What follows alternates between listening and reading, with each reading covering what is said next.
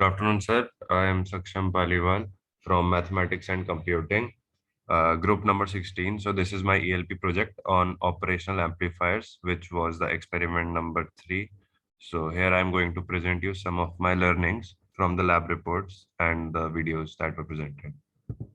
So what are operational amplifiers? Operational amplifiers are the one that amplifies the small signal that are given into the inputs to give a large output because of the amplification factor that is multiplied to the difference of voltages in the input terminal.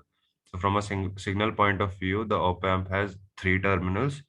Two of them are input terminals, and one of them is the output terminal in the basic nature. So here we can see these two are the input terminals, and this is the output terminal. So by the op amp is designed to sense the difference in signal applied at its input terminals, multiplied this by a number A, and the cause resulting voltage A into V2 minus V1 to appear out at the terminal 3. Thus V3 is A into V2 minus V1. This voltage is assigned as the voltage of terminal with respect to ground. As we can see here, one of the point is grounded. So all the voltages are with respect to the ground. Uh, Note that the output is in same phase as V2 and opposite phase as of V1. So terminal 1 is called as inverting and terminal 2 is called as non-inverting.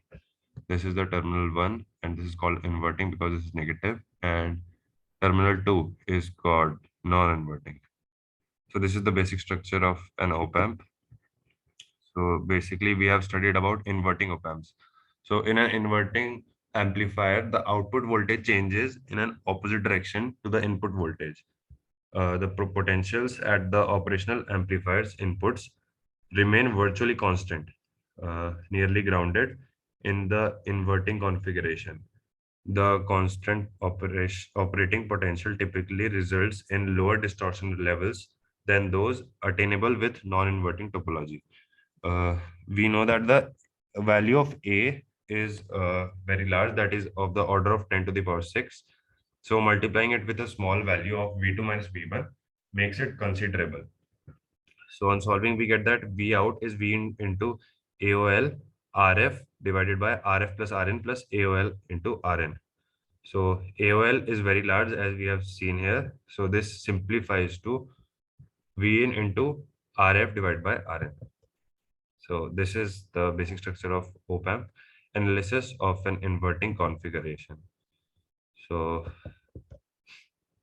yes, here this is an R2, this is R1.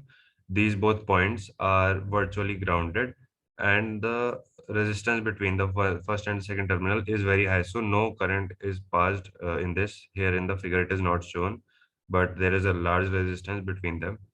So we have I1 here and I2 here. So I1 is actually equal to I2 by the KCL law at this junction. So from here we can see that I1 is V1 by R1, and we can see that I2 is again V1 by R1. So we get the potential at this point, and this is actually virtually ground. This is 0 volt, this is 0 volt. So this point is also 0 voltage. So we can find all of the things. So inverting op amp, the input terminals are also virtually short as they are nearly equal. So V naught is minus K into V in. Thus, if the input signal is positive sine function, then the output will be a negative sine function.